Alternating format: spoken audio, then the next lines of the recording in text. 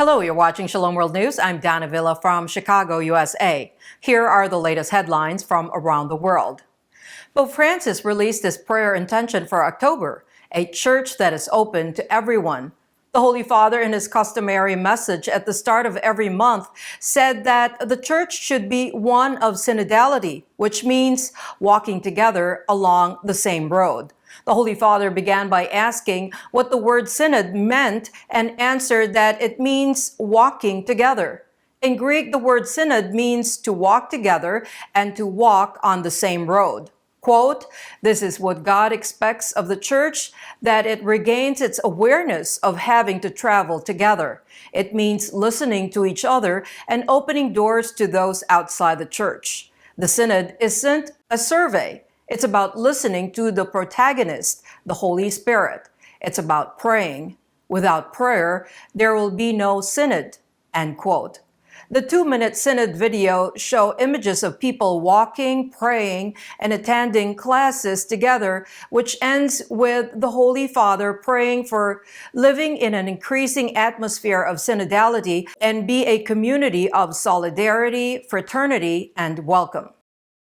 Chicago witnessed yet another bloody weekend as many as 34 people shot, including a 3-year-old boy fatally shot in the shooting that left a suspect dead.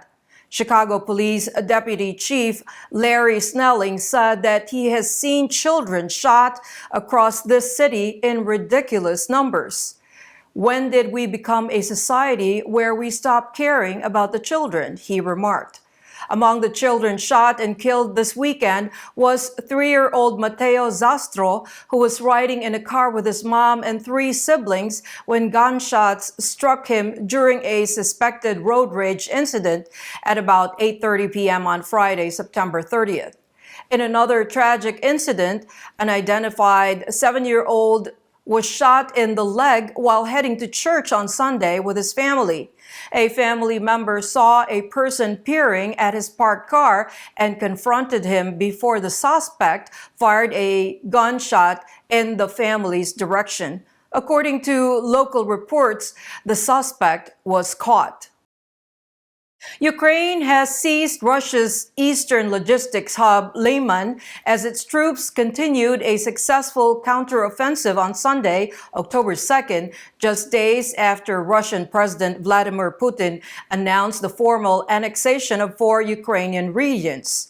Ukrainian President Volodymyr Zelensky said in a video address, quote, "Lyman is cleared fully. Thank you to our militaries, our warriors," end quote. The loss of Lyman would be a significant blow to Russian forces as they depended on the city to transport military equipment, troops, and other necessary supplies. This has been Kiev's most significant battlefield gain in weeks. The U.S. Defense Secretary Lloyd Austin welcomed the capture of Lyman by the Ukrainian forces. Zelensky said it could be a staging post for further gains after Russia annexed 4 Ukrainian territories, Luhansk, Donetsk, Kherson, and Zaporizhzhia. President Zelensky had asked to fast-track Ukraine's application to NATO on Friday, September 30th. In the meantime, 9 NATO members have issued a joint statement supporting membership of Ukraine in the U.S.-led security alliance and urged the members to increase military aid to Kyiv. NATO members need approval from all 30 member countries. Pope Francis met with Apple CEO Timothy Dolan Cook during a private audience at the Vatican on Monday, October 3rd. The Holy Father spoke with Timothy Cook on the eve of the feast day of St. Francis of Assisi, known for embracing radical poverty. The Vatican did not disclose what transpired during the one-to-one discussion between the 84-year-old Pope and the CEO of the $2.4 trillion tech giant manufacturer of iPhones. This was the second time Cook had the privilege of meeting with the Holy Father. In 2016, he had a 15-minute interaction with the Pope at the Vatican. Cook has been in Italy since September 28th. His first travel was in Naples, where he launched an Apple Developer Academy in Europe and received an honorary degree from the University of Naples, Federico II. A Christian nurse is suing the Portman Clinic in North London for forcing students to learn a racist ideology. It was reported in the newspaper Telegraph. Forensic psychology student Amy Gallagher claimed that she has been discriminated against based on her Christian faith and race. In October 2020, Amy said the clinic, which is part of the Tavistock and Portman NHS Trust, forced students to take part in a lecture titled, quote, "Whiteness, a Problem of Our Time," which is claimed that the problem of racism is a problem of whiteness, and told students to confront the reality of whiteness. Amy, who is in the second year of her 2-year course, said that NHS is forcing people to adopt a racist ideology and it needs to be stopped. The 33-year-old has so far used crowdfunding to raise over £21,000 on GoFundMe for the legal battle. A spokesperson for the trust declined to comment, saying it was an ongoing legal case, but said the organization is committed to being anti-racist. In another news development, a European Court of Human Rights is set to rule on whether Belgium wrongly allowed a woman to be euthanized by lethal injection on the grounds of, quote, untreatable depression. Tom Mortier, whose mother died by lethal injection in a Brussels hospital in April 2012 at her request due to depression, fought the case in the European Court of Human Rights.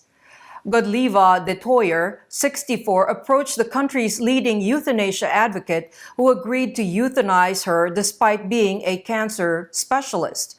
Neither her son nor any family member was consulted, according to a statement by the Christian legal group Alliance Defending Freedom, or ADF International.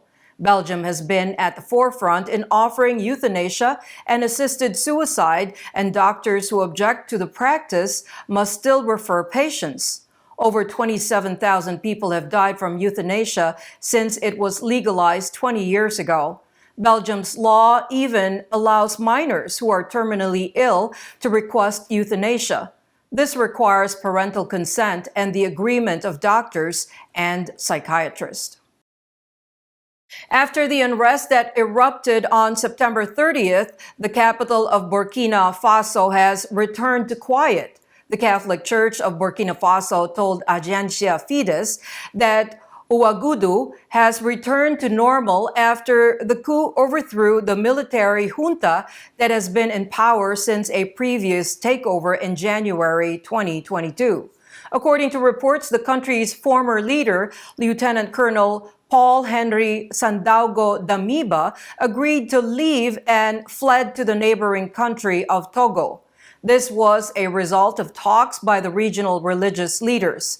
Meanwhile, the new military ruler, Captain Ibrahim Traore, has urged cabinet ministers to, quote, move faster to tackle urgent problems, end quote, in the West African country. Damiba agreed to step down following an anxious weekend that witnessed violent protests at the French Embassy and Culture Center. The country has been struggling with a 7-year-old jihadist insurgency that has claimed thousands of lives, forcing millions to flee their homes.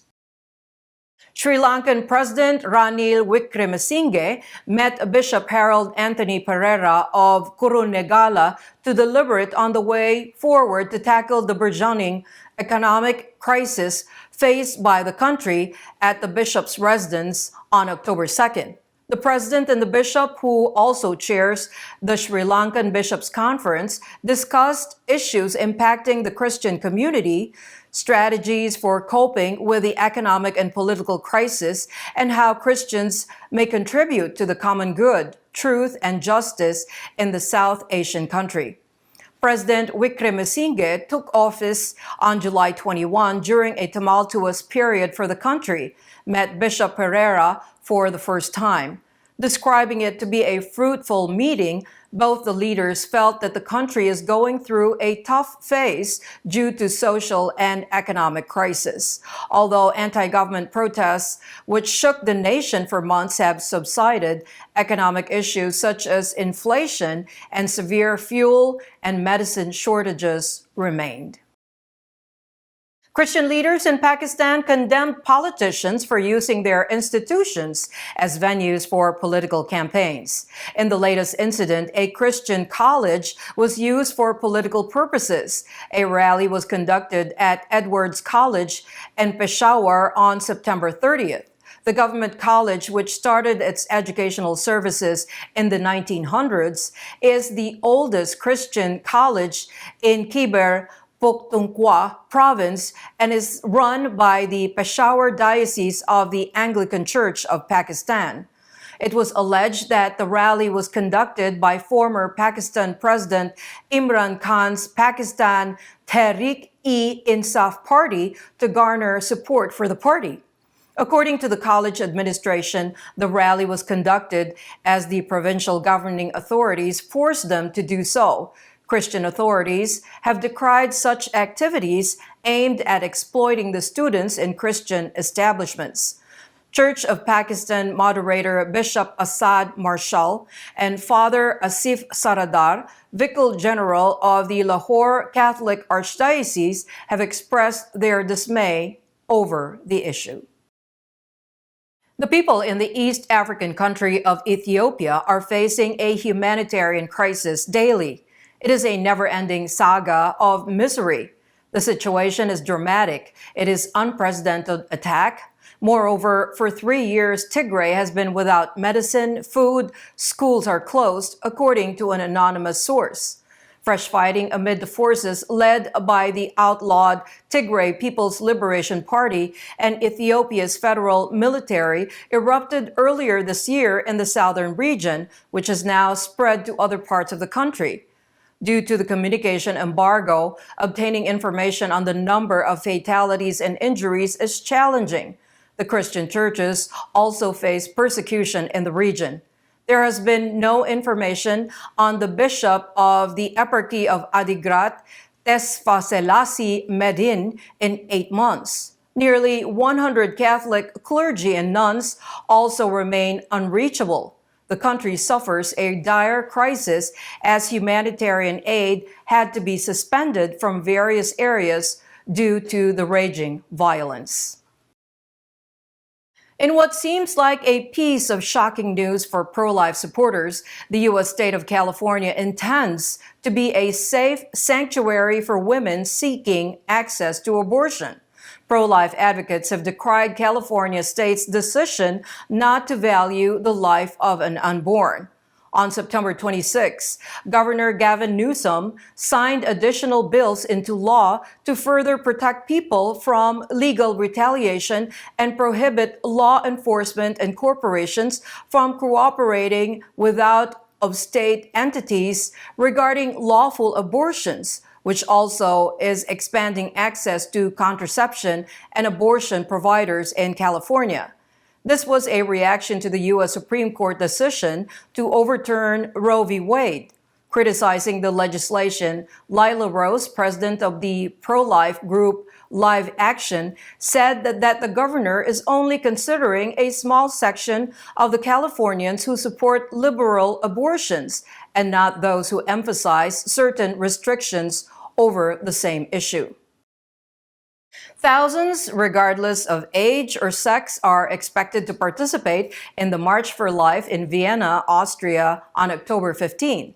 Like last year's March, large groups of families and individuals of all age groups will take the streets for the need for emergency assistance for pregnant mothers, the prohibition of abortion, and the expansion of the euthanasia legislation. Elective abortions can be performed in hospitals for women during the first 3 months of the pregnancy and can be performed later if there is a physical or mental health threat to the pregnant woman, or if there is an incurable problem with the development of the fetus, or if the patient is under the age of 14. Surveys show that nearly 30,000 to 40,000 children are aborted annually in Austria. Earlier this year, a new law allowing assisted suicide came into effect. Nearly 2,500 people gathered for last year's march, and authorities said that it was a resounding success. The Somali government announced that a top al-Shabaab terrorist was killed in a combined airstrike in southern Somalia on Monday, October 3rd. Abdullahi Yare was killed on October 1st in a drone attack carried out by the U.S. and the Somali armies, according to a statement from the Ministry of Information dated Sunday. Yare, a co-founder of the Al-Qaeda-affiliated organization, was reported in line to be succeeding Ahmed Diriyeh, the organization's leader. Security forces in Somalia, supported by American troops and an African Union peacekeeping operation, have been fighting with al-Shabaab militants. However, the militants continued to carry out deadly attacks, including 2 on Friday that left at least 16 dead. Since 2006, the group has been killing people through bombings to topple the Western-backed government and impose their vision of Islamic law in the country. The airstrike comes weeks after the newly elected president of Somalia, Hassan Sheikh Mohamud, assured to wage an all-out war on the terrorists in response to a series of deadly attacks.